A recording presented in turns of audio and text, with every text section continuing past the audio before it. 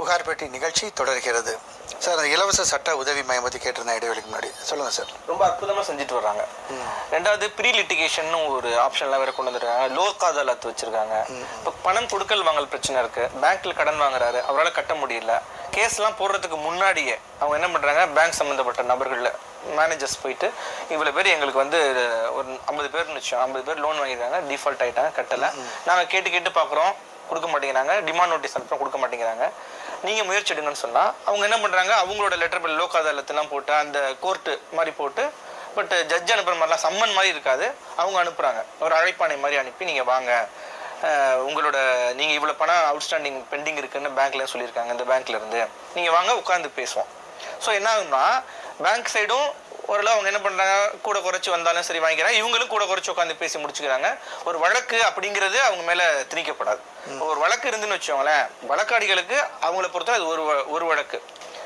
வக்கீலை பொறுத்த வரைக்கும் 100ல் ஒரு கேஸ், நீதிமன்றங்களை பொறுத்தவரை 1000ல் ஒரு கேஸ். ஸோ அந்த ஒரு கேஸ் வச்சுட்டு இருக்கான், ரொம்ப ஃபீல் பண்ணிட்டே இருப்பான், என்னடா இந்த ஒரு கேஸ் முடியல போல, ஒரு மாதிரி ஃபீலாக இருக்கும், வந்துட்டு போகிறது கஷ்டமா இருக்கும். அதுக்கு தேவையில்லாத செலவுகள்லாம் வரும். அதெல்லாம் குறைகிறதுக்காக நல்ல ஒரு முடிவு எடுத்துருக்காங்க. நல்லபடியாக போயிட்டு இருக்கு, நிறைய தீர்வுகள் வருது. ஈவன் பிஎஸ்என்எல்ல நீங்கள் ஒரு கனெக்ஷன் வாங்குறீங்க, பிஎஸ்என்எல்ல வந்து கட்ட முடியல, பில் இவ்வளோ அமௌண்ட் அவுட்ஸ்டாண்டிங் இருக்குன்னா பிஎஸ்என்எல்காரங்க என்ன பண்ணுறாங்க, கேஸ்லாம் போடுறது இல்லை, இவங்கள்ட்ட போய் சொல்கிறாங்க. அவங்க போய் ஒரு சம்மன் மாதிரி அனுப்புகிறாங்க, வர்றாங்க, உட்காந்து பேசுகிறாங்க, சரிங்க பில் இவ்வளோ ஆயிருக்கு, ஒரு சமரச தீர்வு ஈஸியாக கிடைச்சிருது. ஆனால் அது நல்ல விஷயம், நல்லா போயிட்டு இருக்கு.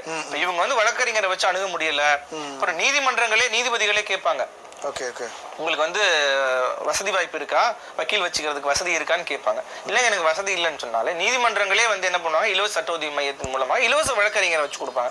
அவருக்கு உண்டான வழக்கறிஞர் ஃபீஸ் வந்து அந்த சட்ட உதவி மையத்திலே கொடுத்துருவாங்க. தவறான இன்னைக்கு வேண்டாம்.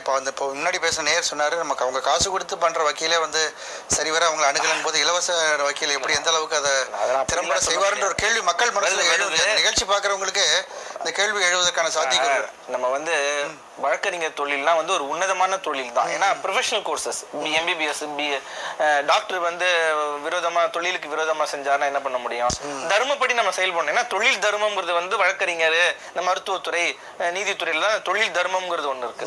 தர்மத்தை ஃபாலோ பண்ணணும்.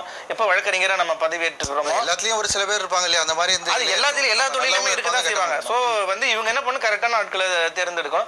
தெரிஞ்சிடும் இவங்களுக்கு. இப்பெல்லாம் நிறைய இந்த ஆப் வந்துருச்சு, ஈகோர்ட் ஆப்னு ஒண்ணு இருக்கு, தெரியலான்னு மக்கள் தெரிஞ்சுக்கிட்டோம். நீங்களே போய் பிளே ஸ்டோர் என்ன பண்ணுங்க, உங்களுக்கு கேஸ் எல்லாம் இருக்குதுன்னா ஈகோர்ட் ஆப்னு ஒண்ணு இருக்கு, ப்ளூ கலர்ல இருக்கும், ரவுண்டா அந்த நீதி தேவதை வச்சிருக்க தராசு இருக்கும், அதான் அதோட சிம்பிள். அதை டவுன்லோட் பண்ணி வச்சுக்கோங்க. இந்தியாவில் இருக்கிற அனைத்து மாநிலங்கள்ல இருக்கிற அனைத்து மாவட்டங்கள்ல இருக்கிற அனைத்து நீதிமன்றங்கள்ல இருக்கிற வழக்கை நீங்க தெரிஞ்சுக்கலாம். தமிழ், இங்கிலீஷ், ஹிந்தி, உங்களுக்கு என்ன லாங்குவேஜ் வேணுமோ அந்த லாங்குவேஜை நீங்க போட்டுக்கலாம்.